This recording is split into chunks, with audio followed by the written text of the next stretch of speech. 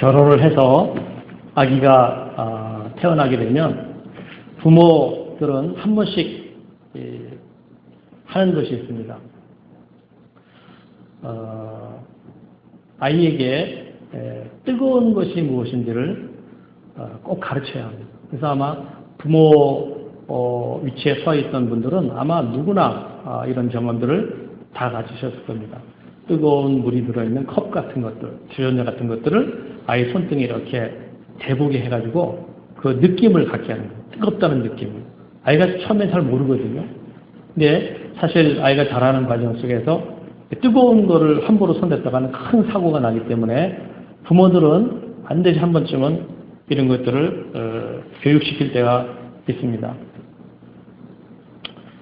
저도 초등학교 때 학교를 가는데 학교 골목에 과자 같은 거 파는 아저씨들이 있어요. 이렇게 조그만한 자판대 놓고 거기 가만히 보니까 국자에다가 설탕을 이렇게 넣어가지고 소다를 넣어가지고 막 이렇게 젓습니다. 그럼 시간이 그냥 부풀어 올라요. 딱 부풀어오면 그거를 철판에다 딱 대가지고 납작하게 만든 다음에 거기다가 이렇게 마크를 딱 새기게 합니다. 그리고 그거를 그 마크 별 모양 무슨 모양 그게 그림이 잘라지지 않고 잘 설탕 조각을 잘 떼내면 하나 더 줍니다. 그거가 너무 신기한 거예요.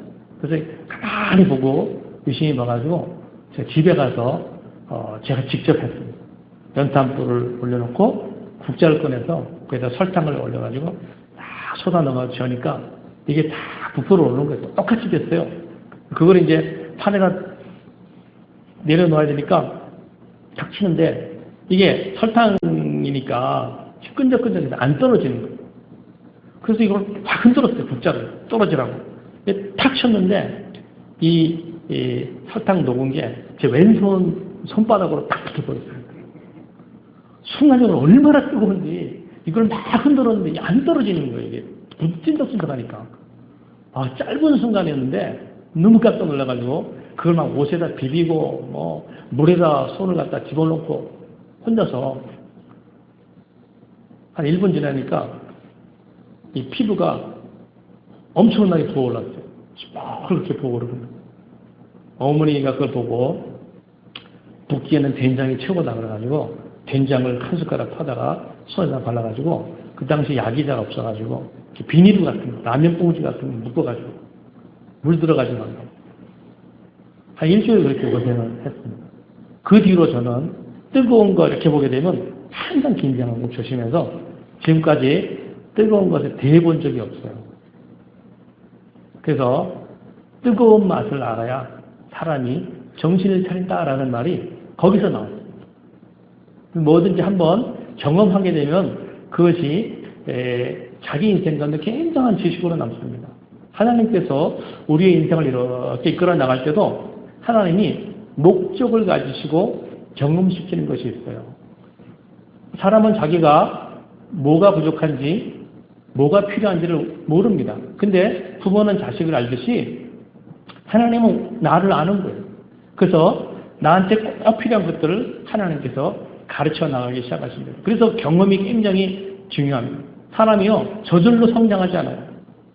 하나님께서 나의 인생을 이끌어 나가실 때 내가 자라나가로 이끌어 나가신 어떤 과정이 다 계획이 되어 있다는 것입니다. 그래서 그런 과정들을 우리가 잘 경험해야지만 아픈 경험일 수 있지만 그 아픈 과정들을 통과하면서 그때 내 실력이 자라나는 것입니다. 인생이 얼마나 고난이 많고 어려움이 많습니까?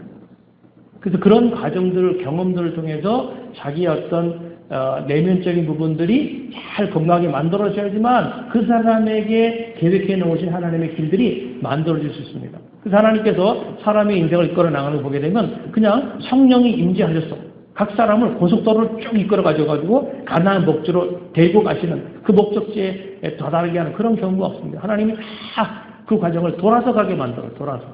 그 돌아가는 과정 속에 거기서 고난도 겪게 하시고 아픔도 겪게 하시고 뜨거운 맛도 경험하게 하시면서 하나님이 그 인생 가운데 정말 뜨거운 일이 올 것을 피해 나가게 하나님이 이끌어 나가십니다. 그래서 하나님께서 종종 우리를 전진되지 않게 직진으로 나가지 않게 빙빙 뺑뺑 돌리실 때가 있는데 이때는 하나님이 나를 가르칠 것이 있기 때문에 그런 과정을 주시는 것입니다. 그런 과정들을 우리가 잘 감당하면서 나도 모르게 내 실력이 자꾸 자라나게 되는 것입니다. 그래서 경험이 인생에 굉장히 중요해요. 근데 이 경험이라는 것은요, 내가 만든 경험이 있습니다. 내가 만들어가는 경험이 있고 하나님이 만들어 나가시는 그런 경험이 있다는 것입니다. 그래서 오늘 요나를 보게 되면 우리가 1장 마지막 절에 보게 되면 여호와께서 이미 큰 물고기를 예비하사 요나를 삼키게 하셨으므로 요나가 밤낮 3일을 물고기 뱃속에 있으니라. 하나님이 지금 뭔가를 요나에게 경험시키고 있다라는 것을 보게 됩니다. 하나님이 요나의 삶 가운데 물고기 뱃속에 들어가는 엄청난 경험을 하는 환경을 만드신 의도가 뭘까? 여러 가지로 따져볼 수 있겠지만은요, 이스라엘 백성들을 출애굽시키는 과정과 비교하게 되면 아주 정확하게 비교가 됩니다. 가나안 땅의 그 아름다운 복지를 얻어가는 데 있어서 40년이라는 세월을 하나님께서 이스라엘 백성들에게 주십니다. 그러니까 40년이라는 세월을 광야에서 쭉 보내는데 그 광야에서 보내는 40년의 과정이 이스라엘 백성들이 그 가나안 땅의 축복을 얻을 만한 믿음이 만들어지는, 마인드가 만들어지는 계기라는 것입니다. 그 전까지는 이스라엘 백성들이 가다가 조그만 어려움이 생기면 당장 입에서 습관처럼 불평과 원망이 막 나왔어요. 그러니까 이 모습으로는 가나안 땅의 복을 주셔도 누릴 수 없다는 것입니다. 하나님께서 40년의 세월을 가지고 이 노예근성, 우리로 말하면 세상에서 배워진 어떤 가치관들, 이것을 다 빼내면서 사명의식, 나라는 사람이 세상에 온 것은 뭔가 하나님의 목적이 있는 것이구나. 나는 목적을 가지고 쫓아나가야 되는구나. 이 사명의식을 가지고 자기 인생을 살아가 나가도록 하시기 위해서 40년의 시간을 두셔서 하나님께서 이스라엘 백성들을 가르쳐 나가고 여러 경험들을 하게 하는 것입니다. 사실 가나안 땅으로 딱 들어가는 것이요, 그 정탐꾼 12명 보냈을 때 여호수아와 갈렙이 가지고 있었던 그 믿음 하나만 딱 가지고 있으면 40년이라는 세월이 필요 없어요. 그냥 들어가면 됩니다. 근데 이스라엘 백성들이 아직 그 믿음이 주어지지 않으니까 사실은 40년 만에 들어갈 수 있는 이곳, 한 달이면 들어갈 수 있는 이곳을 38년, 가데스 바네에 있었을 때 한 2년 걸렸거든요. 그 가데스 바네에서 정탐꾼을 보내게 되는데 이때도 믿음이 만들어지지 않으니까 광야에서 38년을 더 보내게 됩니다. 오늘 하나님께서 요나의 인생을 쫙 보니까 요나의 인생 가운데 물고기 뱃속에서 삼키워서 꼼짝 못하는 환경을 두듯이 이스라엘 백성들을 광야라는 환경에 38년을 삼키게 한 거예요. 광야가 이스라엘 백성들을 다 삼킨 것입니다. 그 38년 동안은 뭔가 하나님이 하실 어떤 성숙과 깨달음, 배움, 그것이 만들어져야 된다는 거예요. 또 저와 여러분 살아가는 삶도 예외가 없습니다. 우리가 살아가는 인생 가운데 하나님이 요나를 물고기 뱃속에 담그는 것처럼 내 인생 가운데 정말 뜨거운 맛을 볼 수 있는 환경들을 하나님 딱 예비하셔서 우리를 끌고 나가십니다. 왜 이런 과정들을 만들어 나가셨냐? 오늘 요나서 말씀을 통해서 저와 여러분들에게 보라는 거예요. 하나님이 어떻게 각 개인을 하나님의 사람으로 다듬어 가시고 가나안 복지에 들어갈 수 있는 사람으로 완성되어 나가는지를 하나님 우리에게 가르쳐주고 있습니다. 오늘 본문에 보니까 물고기 뱃속에 들어가서 이제 비로소 요나의 삶 가운데 시작되는 것이 뭐냐? 기도하는 삶이 만들어졌다. 이렇게 성경에 기록되어 있습니다. 거기 2절에 보면은요, 요나가 자기의 물고기 뱃속에 들어가서 자기의 상황을 막 정신없는 상황에서 고백하는 내용들이 거기 잠깐 기록이 되어 있습니다. 그러니까 거기 보면은 요나가 자신을 스올의 뱃속에서 부르짖었습니다. 부르짖나이다 이렇게 얘기합니다. 스올은 어두운 곳이에요. 아주 깜깜한 어두운 것, 지옥을 말합니다. 그러니까 물고기 뱃속에 들어가셨을 때 이 요나는요, 지옥 같은 환경을 체험한 거예요. 그러니까 우리가 성경을 그냥 읽어보면 바다에 딱 사람 배 선원들이 던지니까 던지음을 당할 때 물고기가 떨어지는 요나를 덥석 물은 것이 아니라 물속에 떨어져 갖고 이 요나가 지금 고백하는 내용을 가만히 보게 되면 여러분 물속에 떨어지게 되면 일단 바닷물을 엄청 먹어야 됩니다. 바닷물은 한두 모금만 마셔도 정신이 없어요. 너무나 짜가지고. 그 물을 먹고 정신을 못 차리고 거의 죽을 상황이 됐을 때 그때 물고기에 와서 요나를 딱 삼킨 거예요. 그리고 물고기 뱃속으로 딱 들어갔는데 아주 하나님이 역사하셔서 어떻게 공기가 있는 뭐 물고기 뱃속에 공기가 모아지는 공간이 두레 같은 곳이 있잖아요. 글로 아마 들어가 있었는데 물고기 뱃속에 여러분 편했겠어요? 물고기 뱃속에 들어가게 되면 온갖 냄새가 아주 역겨운 냄새가 얼마나 많이 납니까? 그 역겨운 냄새에다가 또 물고기가 먹은 여러 다양한 음식들이 섞여 있는데 거기에 요나가 같이 들어가 있는 거예요. 그러니까 그 정신 못 차리는 상황에서 꼼짝도 못하고 요나가 할 수 있는 것은 숨 쉬는 것밖에 없었어요. 온갖 냄새 속에서 숨만 딱 쉬는 그 상황이 요나가 잠깐이지만 경험한 것이요. 지옥 같은 거예요. 그래서 요나가 수울 같은 곳에 내가 부르짖나이다 이 얘기를 하는 것입니다. 하나님께서 어떤 한 사람에게 하나님의 세계와 하나님의 존재를 알리시기 위해서 경험시키는 것은요. 그냥 어설픈 경험 가지고는 그런 깨달음과 변화가 일어나지 않습니다. 사람은요. 쉽게 바뀌지 않아요. 하나님이 이 사람에게 어떤 엄청난 역사를 체험하고 깨닫게 하기 위해서는요. 한 번의 확실한 경험이 필요합니다. 우리가 인생 살아가는 거 맞아요. 여러분 어설프게 몇 가지 어려운 힘든 고난을 겪는 것보다 한 번 와장창하는 어떤 뭐 체계가 무너지는 어마어마한 고난을 한번 겪어봐야 그때 비로소 그 사람의 내면의 마음속에 눈이 열립니다. 영적인 눈이 열려서 하나님의 존재를 알게 되고 인생이라는 영역이 무엇인지를 깨닫는 지혜가 임하게 됩니다. 하나님 요나에게 그 일을 한 거예요. 그래서 요나가 그 속에서 깨달아서 말하는 내용이 2절부터 9절까지 쭉 나오는데 오늘 본문의 4절 한번 보죠. 4절에 보니까 같이 읽겠습니다. 자, 시작. 내가 말하기를 내가 주의 목전에서 쫓겨났을지라도 다시 주의 성전을 바라보겠다 하였나이다 그러잖아요. 내가 주의 목전에서 쫓겨났을지라도 내가 주의 성전을 바라보겠습니다. 이런 어떤 회개조의 기도를 하고 있습니다. 이게 지금 무슨 말이냐면 하나님 비록 하나님 나를 쫓아낸다 할지라도 내가 하나님의 성전을 바라보겠습니다. 엄청난 어떤 고백들을 하고 있습니다. 여러분 이 왜 요나에게서 이런 어떤 고백들이 나오냐면 그 물고기 뱃속에 한 3일 정도 이렇게 들어가 있는 과정 속에서 요나가 엄청난 내면적인 깨달음이 막 임한 거예요. 무슨 깨달음이 임하냐? 생각을 해보십시오. 만약에 하나님이 요나를 죽이기로 작정을 하셨다. 그러면요 물고기 뱃속에 집어넣을 필요가 없어요. 바다에 던져졌을 때 그냥 놔두면 끝나는 것입니다. 근데 바다에 던져진 요나를 물고기를 준비해서 물고기 뱃속에 삼키게 하고 삼키면 그 죽을 수밖에 없는 환경인데 이상하게 그 속에서도 살 수 있게 만드는 거예요. 그 잠깐의 과정들을 경험하면서 찰나의 순간이지만 이 요나의 마음 가운데 하나님에 대한 엄청난 사랑, 하나님이 나를 죽이시려고 하는 것은 아니구나. 내가 지금 바다에 떨어져 죽을 상황인데 물고기 뱃속에 들어가게 되고 그 속에서 죽지 않고 살아있구나. 이 지옥 같은 경험 속에서 칠흑 같은 음 속에서 아무것도 보이지 않는 속에서 숨을 쉬는 요나에게 하나님의 보이지 않는 사랑의 손길들이 요나의 마음속에 터치가 된 것입니다. 하나님이 살아계시구나. 하나님이 나를 보고 계시구나. 그래서 요나가 비록 하나님 나를 쫓아낸다 할지라도 나는 버림받는다 할지라도 내가 주의 성전을 하나님의 계신 초도를 내가 바라보겠습니다. 그런 고백들이 나오는 것입니다. 요나만이 아니라 저와 여러분들이 살아가는 삶 가운데도 이러한 내면적인 깨달음의 변화가 반드시 일어나야 된다. 여러분 배추 담글 때 보게 되면 소금에 딱 절입니다. 소금에 딱 절이면 배추가 나긋나긋해져요. 그게 쌩쌩했던 그런 배추가 나긋나긋해집니다. 그 배추가 나긋나긋해져야 김치 맛이 나는 것입니다. 사람도 마찬가지입니다. 이게 상품에 따라 다 다양하지만 까칠한 사람이 있습니다.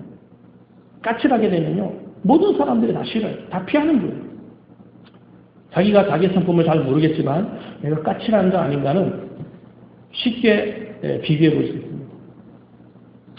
여러분 주변에 가장 가까이 있는 사람 세 사람한테만 물어보세요. 내 성품이 좀 어때? 이렇게 물어봅니다. 그때 그 세 사람이 차마 말은 못하고 말을 빌면 돌린다. 그러면 내가 약간 까칠하다. 근데 그 세 사람을 딱 물었는데 세 사람이 끄떡끄떡하면서 조금 까칠한 면이 있지 이렇게 하기에는 정말 많이 까칠한 거예요. 사실 우리가 남이 볼 때는 다 까칠한 어떤 기질을 갖고 있습니다. 그런데 하나님 앞에 신앙의 세계로 딱 들어오게 되면 이 까칠한 모습 갖고는 하나님의 사명, 하나님의 동행이 어려워요. 사람하고도 어렵잖아요. 내가 까칠하면 내 주변 사람들도 나를 불편하는데 하나님도 마찬가지입니다. 내가 내면 속에 까칠한 부분을 가지고 있는 상태로는 하나님과 동행하면서 하나님의 사명을 감당할 수 없어요. 그래서 하나님께서 많은 경험들을, 뜨거운 맛을 보는 그 경험들을 통해서 우리에게 역사에 나가시는, 나를 다듬어, 까칠한 부분을 다듬어. 사람에 따라서 한두 번의 경험으로 그 까칠한 부분들이 깎이는 사람이 있습니다. 그러나 어떤 사람은 잘 안 깎입니다. 모세 같은 사람은 없습니다. 얼마나 이 까칠한 게 강했는지 40년 하나님이 광야에서 돌리지 않습니까? 애굽의 왕자 신분으로서 최고의 어떤 공부를 했잖아요. 그 똑똑함과 그 당당함을 뭘로 깎아낼 수 있겠습니까? 하나님이 40년 동안 광야에서 꼼짝 못하고 장인 집에 더구살이, 얹혀 살게 만들어요. 할 수 있는 게 아무것도 없어요. 자존심 상하지만 자기 처의 아버지 집에서 목동을 하면서 40년의 세월을 보냅니다. 왜 하나님 그렇게 하셨어요? 하나님 보실 때는 까칠한 거예요.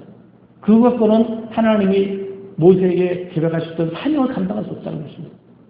저와 여러분들도 마찬가지예요. 요나도 마찬가지입니다. 요나도 굉장히 까칠한 사람이었어요. 하나님께서 물고기 뱃속에 들어가는 이 환경을 만드셔서 하나님이 요나의 까칠한 부분들을 하나하나 다듬어 나가십니다. 그래서 하나님이 나를 종종 잠깐 이런 다듬어 나가는 삶이나 어떤 광야라는 환경을 주실 때 두려워하지 마시고 뭔가 나를 다듬으시라 하시는구나 하면서 자기를 다듬으면 돼요.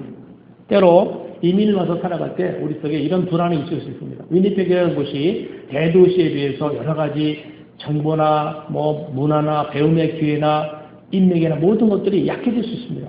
그러니까 내가 이런 데서 계속 살아도 되는가? 혹은 여기서 자녀를 키워나갈 때 자녀가 조금 자라나지 않습니까? 그러면 이 자녀들을 이 좀 열악한 데서 이렇게 키워서 이게 잘못되는 거 아니야? 미래에 대해서 기회가 닫히는 거 아니야? 이런 불안들이 부모에게 있을 수 있습니다. 근데 우리가 알아야 될 것들이 하나님의 관점에서 우리가 보는 시야가 필요합니다.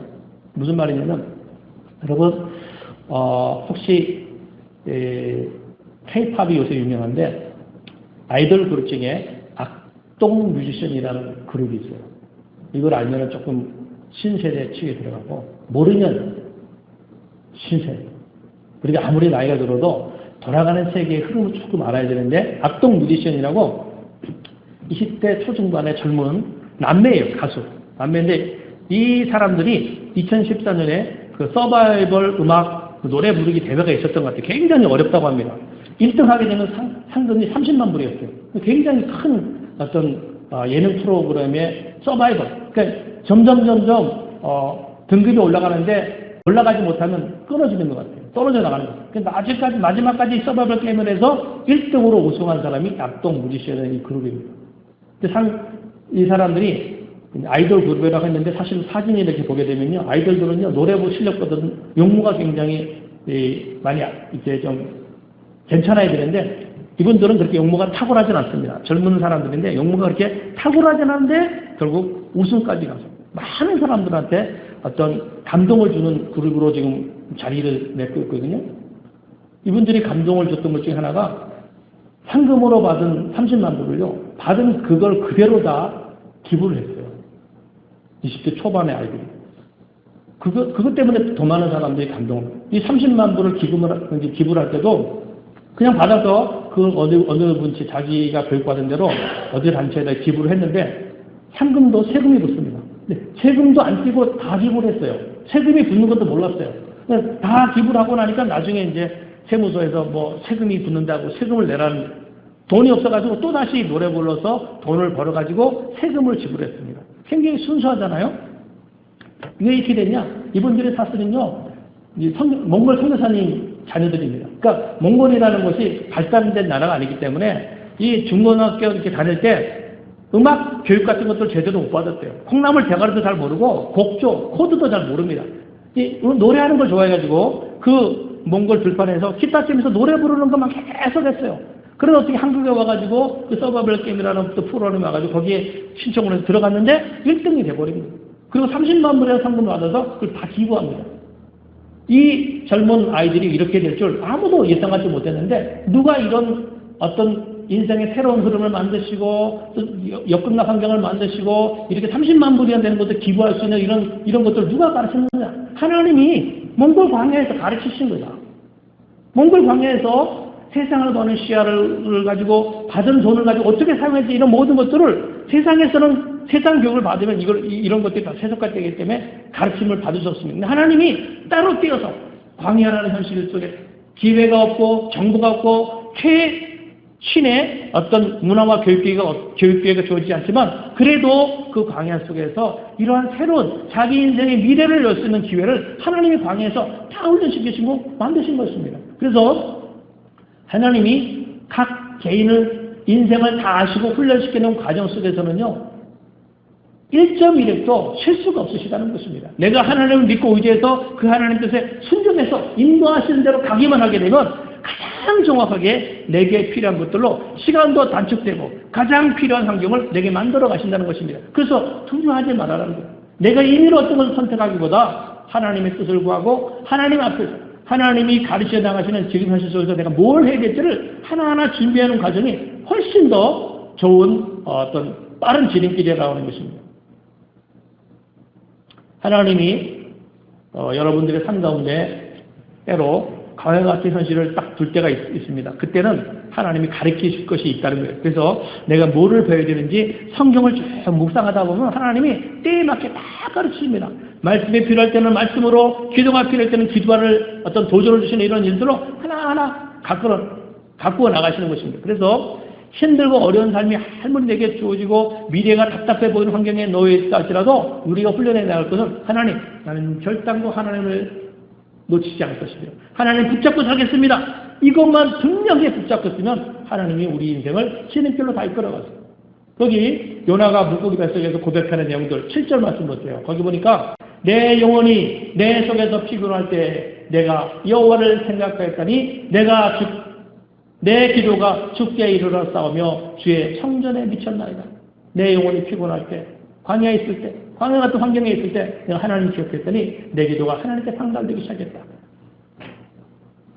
그래서 요나가 이 물고기 뱃속에 있는 동안에 그때 이제 반복되는 표현 중에 하나가 기도라는 단어가 계속 요나의 입에서 나오게 됩니다.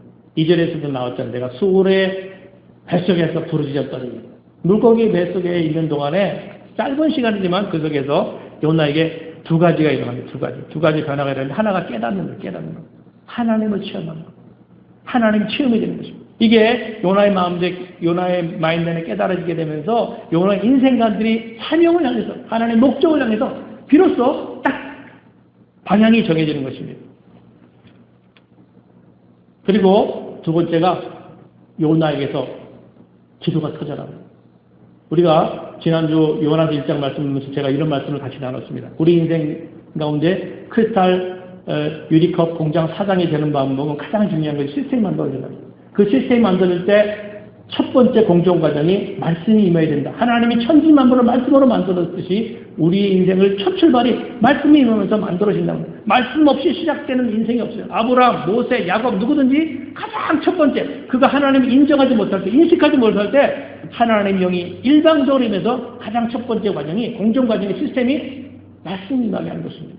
그래서 성경은 보게 되면 계속해서 말씀이 임하죠. 말씀이.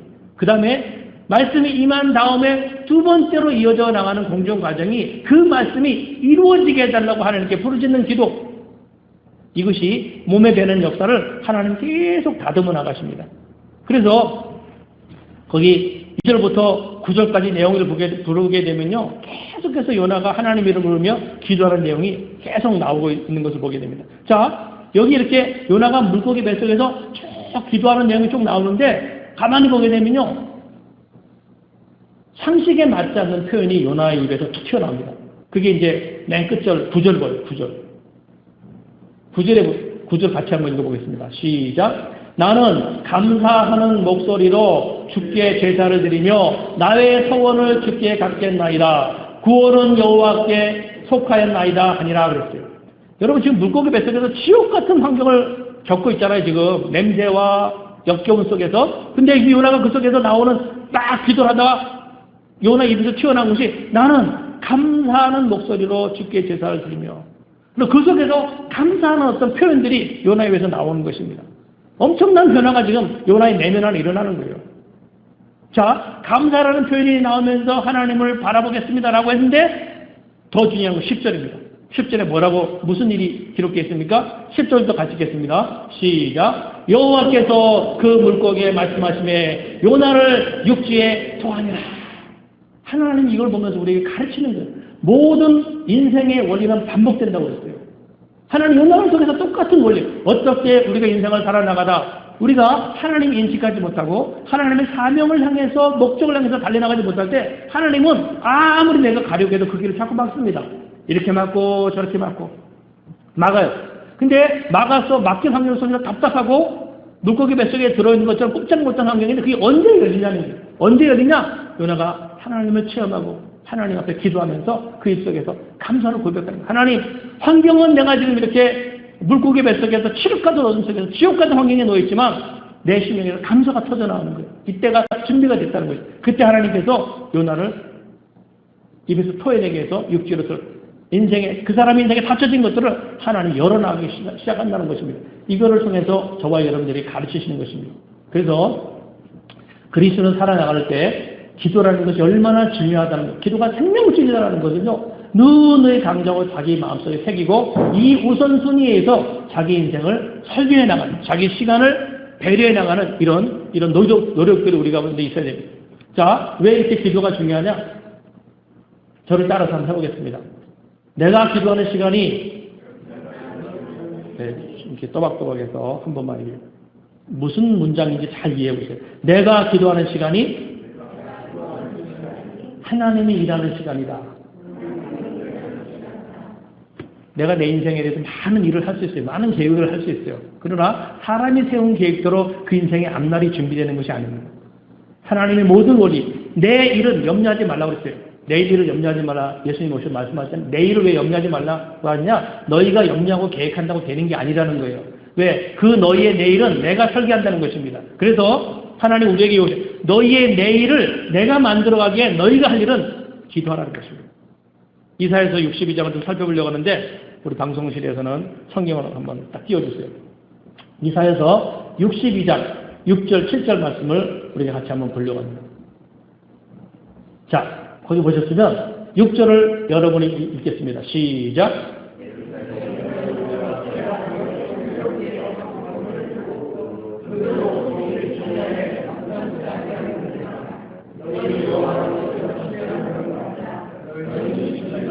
같이 읽겠습니다. 또 여호와께서 예루살렘을 세워 세상에서 찬송을 받게 하시기까지 그로 쉬지 못하시게 하라 그랬어요. 너희 여호와를 기억하게 하는 자들아 너희는 쉬지 말며 기도하라는 것입니다. 왜 기도하라고 그러냐? 하나님이 일하시게 하라는 것입니다. 하나님이 우리의 인생의 미래, 우리나라의 앞날, 그 내 시대의 모든 것들을 하나님이 끌고 나가실 것인데 하나님이 일해야 된다는 거예요. 근데 하나님 언제 일하시느냐? 너희가 기도할 때. 여러분, 내가 기도하지 않아도 하나님이 하실 일들을 해나가십니다. 문제는 내 인생에 복이 되는 것은 내가 기도해야 그것이 내게 복으로 와지는 사건이 만들어지고 타이밍도 맞춰주시고 사람도 붙여주셔서 그것이 내게 복이 되는 일들로 하나님 만들어 나가시는 거예요. 그래서 하나님께서 모든 성도에게 얘기하는 것이 기도해야 돼 얘기하는 것입니다. 왜 하나님이 성경을 통해서 이렇게 기도하는 것을 강조하시냐? 이 세상의 모든 것은 양자적 구조를 가지고 있습니다. 우리가 이걸 좀 알아야 돼요. 어떤 것도 어떤 좋은 일들도 좋은 일로 지금 당장 여겨졌다고 해서 내게 계속 그것이 좋은 일로 영향을 미치냐? 그렇지 않습니다. 내게 지금은 좋은 일이에요. 그런데 시간이 지나면 그것이 나쁜 일이 얼마든지 될 수 있다는 것입니다. 이게 세상 만사예요. 내가 자동차를 구입했다. 좋은 일이죠. 그러나 그 자동차를 타고 막 다니다가 갑자기 티켓팅을 갖고 300불, 400불 티켓팅 끊어질 수 있고 자동차 사고가 나봤어요. 얼마나 많은 데미지가 있을 수 있습니까? 그 자동차 타는 것이 좋은 일이에요. 시간이 지나면 그것이 내게 화가 될 수 있습니다. 건강이 좋죠. 건강하면 좋습니다. 근데 건강했기 때문에 내가 건강해서 수영을 잘했어요. 근데 수영을 잘하다가 강가에 가가지고 수영실로 뽐내다가 그 물에 빠져갖고 사고를 당합니다. 수영을 아예 못하는 사람은요 물가에 들어가질 않아요. 근데 내가 건강하고 수영을 하기 때문에 물가에 들어갔다가 그 건강 때문에 인생에 고난이 올 수가 있다는 것입니다. 그래서 인생사 모든 것은 양자적인 면을 가지고 있기 때문에 우리에게 기도가 필요하다는 것입니다. 사람도 마찬가지. 사랑을 하게 되면 남녀간의 사랑을 해보세요. 세상 모든 것이 다 우리 것인 것처럼 두 사람이 서로 사랑해요. 뭐 세상 돌아가는 아무 관심 없어요. 당신이면 충분하다. 이런 마음으로 살지만 사실 인간을 살아가면서 가장 내 마음 가운데 면도날로 가슴을 이렇게 찌르는 것과 같은 고통을 주는 그것은요, 내가 가장 사랑했던 사람 때문에 겪는 고통입니다. 그러니까 사랑이 처음엔 좋은 것 같지만 시간이 지나면 내게 면도날로 올 수가 있다는 것입니다. 양자적 요소가 우리에게 그걸 주어진다는 거예요. 그래서 왜 하나님이 기도하라고 그러냐면 기도해야 그 복으로 와 있는 것이 계속 복으로 유지가 된다는 것입니다. 만약에 기도하지 않으면 처음에는 복으로 왔어요. 너무나 좋은 일이었어요. 시간이 지나면 하나님 그걸 그냥 두지 않는다는 것입니다. 고난과 하루 간다는 거 왜? 그 복 때문에 하나님께로 가지는 역사를 맡게 되게 되면 하나님 그냥 주실 수 없다는 것입니다. 그래서 우리가 예수님이 이 세상에 다시 오실 때까지 세상에 끝나지 않는 두 가지가 있습니다. 한 가지는 갈등이에요. 좋은 것과 나쁜 것, 이게 복이 되는지 화가 되는 것이 구분을 할 수 없는 혼란과 갈등을 계속 겪게 됩니다. 예수님 오실 때까지 그 혼란은 이어집니다. 세상의 어떤 논리도 이렇게 하게 되면 세상이 정이다. 이렇게 되면 세상이 안정될 것이다. 라고 말할 수 있는 사람은 아무도 없어요. 왜? 하나님이 다 복이 화게 되고 화가 되게 하고 화가 복이 되게 하고 영웅이 역적이 되게 하고 하나님 그걸 끌고 나가신다는 것입니다. 갈등은 끝까지 지속돼요. 또 한 가지 지속되는 것이 사명. 예수님이 다시 오실 때까지 사명은 계속 이어지게 됩니다. 저와 여러분들이 신앙을 생활하면서 늘 고민하고 갈등하고 실험해야 될 것이 뭐냐? 사명. 내 사명이 무엇이지? 내가 왜 왔지? 여러분, 하나님이 인간을 지으셨어요. 나를 지으셨어요. 나를 지을 때 하나님 분명히 말씀하셨습니다. 하나님 말씀하실 때 모든 만물을 지으시고 뭐라고 말씀하셨어요? 보시기에 좋으셨다고. 그리고 사람을 지으시고 우리에게 너는 내가 명하여 만든 모든 것들을 다스리고 지키라고 그랬어요. 유지, 보존, 지키라. 하나님께 그 사명을 맡기셨습니다. 그러니까 저와 여러분들이 인생을 살아가면서 어떤 직업, 어떤 환경에 살든지 간에 분명한 목적과 사명이 뭐냐? 내가 살아가는 삶 속에서 내가 만나는 모든 사람과 환경을 통해서 그것이 하나님 보시기에 좋은 여건으로 만들어지게 하는 것. 이게 우리 사명이에요. 하나님 이 목적을 우리에게 다 주셨습니다. 하나님이 무슨 거창한 일을 내게 요구하시는 것이 아니에요. 내가 가정을 꾸렸어요. 자녀를 낳았어요. 그러면 이곳에서 하나님이 드러나게 하는 거예요.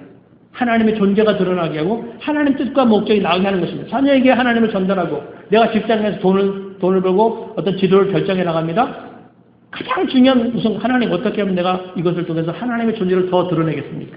어떻게 하면 하나님의 영광을 더 나타내겠습니까? 이런 관점을 가지고 접근하라는 것입니다. 그렇게 되게 되면 하나님이 반드시 이 사명과 목적을 향해서 가기 시작하면 하나님의 여건과 환경을 하나님 조율하세요. 시간과 없는 시간도 하나님 만들어주시고 없는 인맥도 하나님 만들어주시고 하나님 다 끌고 나가시겠다는 것입니다. 근데 이 모든 것이 뭘로 연결되냐면 기도로서 완성이 되는 것입니다. 그래서 저를 따라서 한번 해보세요.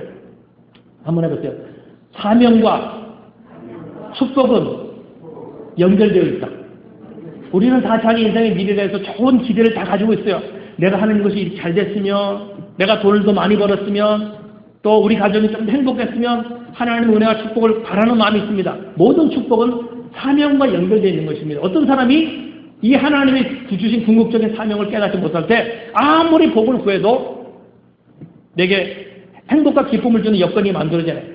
내가 딱 야곱처럼 땀 흘려 노력해갖고 아무리 좋은 결실을 만들어 놔도 그 결실이 도리어 내게 화가 되는 일들이 계속 오게 된다는 것입니다. 그래서 사명과 축복이 연결되는 이 축복을 완성시켜 나가는 것이 기도입니다. 기도 없이는 이 일을 완성시켜 나갈 수 없다.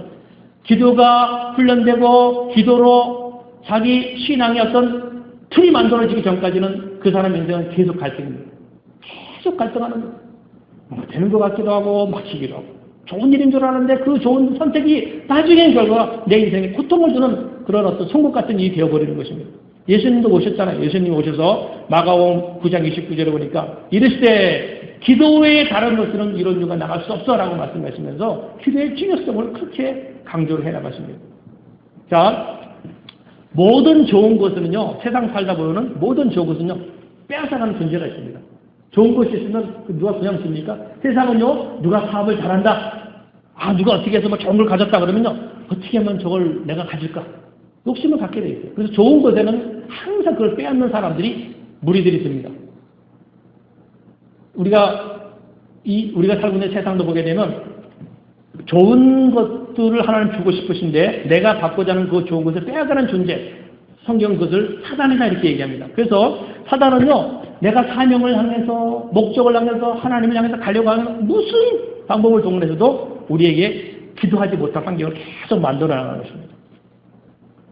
사단이 성도를 하나님께서 멀어지게 할 때 힘들고 어려운 일을 통해서만 방해하는 것이 아닙니다. 어느 분이 목사님 설교 듣다가 기도가 중요하구나 그걸 깨달았어요. 새벽기도부터 해야 돼요. 결심을 딱 했어요. 저녁에 뉴스 보려고 뉴스를 딱 틀었는데 딱 틀었는데 뉴스에서 뭐가 나오냐. 어느 분이 새벽기도 가다가 교통사고 나오는 뉴스가 딱 나옵니다. 어떤 건강 채널 보려고 건강을 딱 틀었는데 어떤 분이 어떤 의사가 나와가지고 적어도 사람은 하루에 7시간 이상을 자야지만 건강이 유지됩니다. 그런 뉴스가 딱 보여지게 하는 거예요. 방해하는 사람이 있다는 거예요. 사람도 마찬가지예요. 막 금식을 하고 딱 결정을 했어요. 뭔가 다시 해보자. 다시 시작해야 돼. 금식을 하려고 하는데 이상하죠.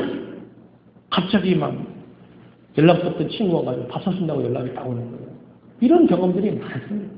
이게 다 뭐냐? 그냥 일어나는 게 아니라는 거예요. 사단이 어떻게든지 성도가 기도하지 못하도록 여러 주변 환경과 시스템을 다 사용해서 이런 방해들을 해 나간다는 것입니다. 결국 뭐 뉴스를 보니까 7시간 이상 자야 된다, 뭐 새벽기도 가다 교통사고 받았다 이런 뉴스 들으면 당연히 무슨 생각이 나냐? 역시 새벽기도는 무리다. 집에서 기도하자. 집에서 하는 거예요.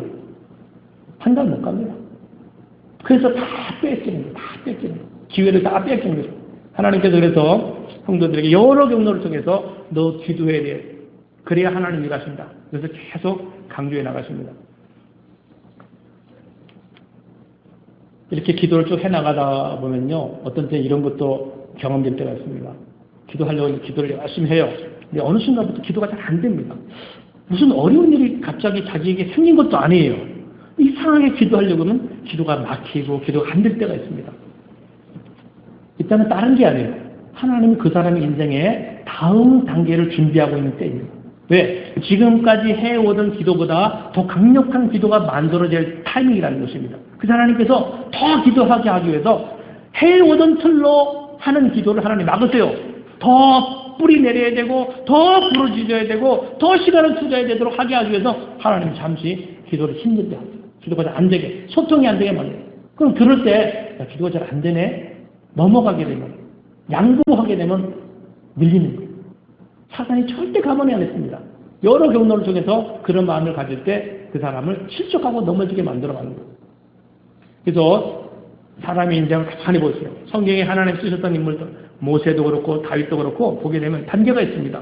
모세가 애굽 왕자로 있다가 그 양 목동으로 한 40년 있다가 그 다음에 이스라엘의 출애굽 지도자가 되셨습니다. 단계가 있어요. 그 단계마다 하나님이 강력한 기도를 요구하십니다. 다윗도 마찬가지. 목동이로 썼죠. 그 다음에 군대장관, 사울왕의 군대장관이 되죠. 좀 있다가는 또 도망대 생활을 한 10년 하게 만들죠. 그 다음에 왕이 되게 되잖아요. 모든 인생은 단계가 있다는 것입니다. 이 한 단계 한 단계 업그레이드 될 때는 그 단계가 넘었을 때 굉장한 힘이 필요합니다. 그 힘이 뭐냐? 그 기도예요. 기도로 자기의 영적인 환경을 밀어내고 어둠의 역사, 사단의 역사, 내가 지금까지 습관적으로 살아왔던 세속적인 삶의 틀을 꺾어내는 이 파워가 자기 안에서 만들어져야 그 사람 인생 가운데 하나님의 미래적인 역사가 만들어지기 시작합니다. 그래서 하나님께서 오늘 본문에 요나에게도 마찬가지예요. 요나를 훈련시킬 때 지난번에 했던 것과 달리 물고기 뱃속에 집어넣는 이 과정을 통해서 요나에게 기도의 영역도 훈련시키잖아요. 요나가 얼마나 기도합니까? 요나서 보게 되면요, 2장, 4장에 걸쳐서 요나의 입에서 계속 기도가 나옵니다. 하나님의 사명이 연결되니까, 때가 되니까 하나님께서 요나의 삶에 기도를 훈련시켜 나가십니다. 그래서 기도가 쉬고 있거나 기도가 중단되어 있는 사람은 아직 하나님이 그 사람의 인생의 미래하고 연결되는 시작점이 없어요. 모든 하나님의 축복과 하나님의 사역의 과정은 기도로 출발됩니다. 여기 요나가 기도하면서 이제 토해내잖아요. 니누의 땅으로. 그럼 사역이 시작되지 않습니까? 그 사역의 모든 완성도 기도를 통해서 완성이 되어가는 거예요. 하나님이 이 동일한 원리를 반복시켜 주고 계시는 것입니다. 그래서 오늘 이 말씀을 각자의 삶에 적용해 나가시면서 하나님 나에게 뭐를 지금 가르치고 있는가 개인적으로 잘 적용을 해보시기 바랍니다. 그리고 한 가지만 더 보게 되면요.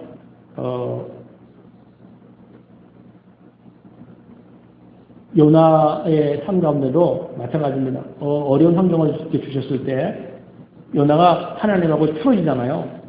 틀어지면서 이제 다시 들어가고 물고기 뱃속으로 들어가는 환경들이 만들어지게 됩니다. 종종 우리가 완전한 사람들이 아니기 때문에 걸어가다가 광야가 만나고 앞길이 막히는 환경이 이렇게 올 때가 있습니다. 그때 우리가 환경하고 씨름하지 말아라는 성경이 계속 강조합니다. 사람하고 씨름하지. 오늘 요나가 하나님과 틀어지는 계기가 되는 것이 뭐냐면 니네 때문이잖아요. 하나님, 저 니네 내가 싫습니다. 우리 원수 나라예요. 어떻게 저 원수 나라에게 어떤 구원의 복음, 회복의 복음, 용서의 복음을 멸망을 피할 수 있는 길을 내가 전해. 난 할 수 없습니다. 그래서 자기가 갖고 있는 어떤 생각 때문에 틀어집니다. 자, 니네 사람들이다 보면 아수르 사람들 갖고 씨름하지 말아라는 거예요. 하나님이 요나서를 통해서 가르치는 과정들을 가만히 보게 되면요. 지금 하나님은요.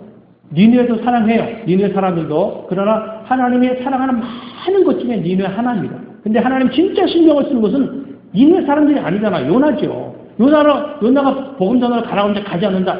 그 하나님 제껴버리면 돼요. 그냥 요나는 그냥 끝납니다. 죽고 끝나잖아요. 근데 하나님이 요나를 죽이지 않고 계속 찾아오셔서 물고기 뱃속도 준비하고 이런 모든 과정을 준비하시는 것은요. 하나님을 관심 사는 요나라는 거예요. 하나님이 변화시키려고 하는 것은 니네는 두 번째. 니네를 바꾸고 변화시키는 두 번째입니다.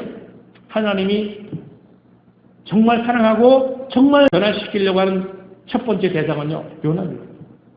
요나의 그 까칠한 모습 갖고는 하나님 미래적인 사명과 복을 감당할 수 없기 때문에 하나님이 요나를 먼저 준비시키시고 요나에게 찾아오는 말씀만이 나가는 것입니다. 그래서 고난이라는 환경이 오고 풍랑이 오는 환경이 왔었을 때 어떤 사건, 내 주변에 그런 일을 일으킨 선원들이 자기를 바다에 던져놓으고 그랬잖아요. 그렇다고 선원들과 싸움하고 니네 사람 미워하고 이렇게 하지 말고 하나님 앞에서 내가 뭐가 바뀌어야 되는 존재인가를 잘 돌아보고 내 안에 까칠한 부분들이 생각나게 합니다. 하나님께 그걸 하나님 내가 알지 못했는 이런 요소가 있습니다. 하나님 이런 모든 것들이 하나하나 내려놔주기 원합니다. 라고 반응해 나가기 시작할 때 하나님이 그의 인생의 앞날을 하나하나 열어 나가기 시작하십니다. 오늘 이 말씀을 묵상하면서 두 가지를 같이 나눴어요. 물고기 뱃속에서 하나님 체험입니다. 오늘 우리가 기도하는 제목 속에서 내 현실적인 삶 가운데 하나님의 체험이 일어나는 이 체험은 말씀을 적용해야 체험이 일어납니다. 직장생활, 어떤 진로를 결정하고 미래를 설계한 모든 부분에 말씀을 통해서 감동을 받는, 영감을 받는 거예요. 그 말씀을 적용해 봅니다. 그때 하나님이 함께 하신 역사를 체험이 돼요. 그래서 인간은요, 하나님을 만나야지만 변화가 만들어집니다. 하나님 만남 없이 기질은 절대 바뀌지 않아요. 성품 까칠한 것도 절대 꺾이지 않습니다. 하나님을 만난 사람만이 이런 모든 기질이 꺾여져서 하나님께로 연결되고 사명으로 가까이 나가게 됩니다. 그리고 각자 사명을 위해서 많이 기도하세요. 내가 무엇을 위해서 돈을 벌어야 되고 내가 이민을 왔는데 뭘 목적으로 살아야 되지? 많이 물으세요. 그 모든 것이 실제 내 현실로 만들어지는 것은 기도를 통해서구나. 시작도 마무리도 기도로 완성됐습니다. 오늘 이 말씀 묵상하면서 우리 이 두 가지를 마음속에 새기시고 요나서를 통해서 하나님 내게 들려주시는 메시지를 꼭 듣고 순종할 수 있도록 도와주십시오. 우리 이번 주간에도 계속 기도하시기 바랍니다. 자, 오늘 이 말씀 가지고 한 2, 3분 동안 통성으로 자기 자신의 어떤 상황을 놓고 합심해서 같이 기도하겠습니다.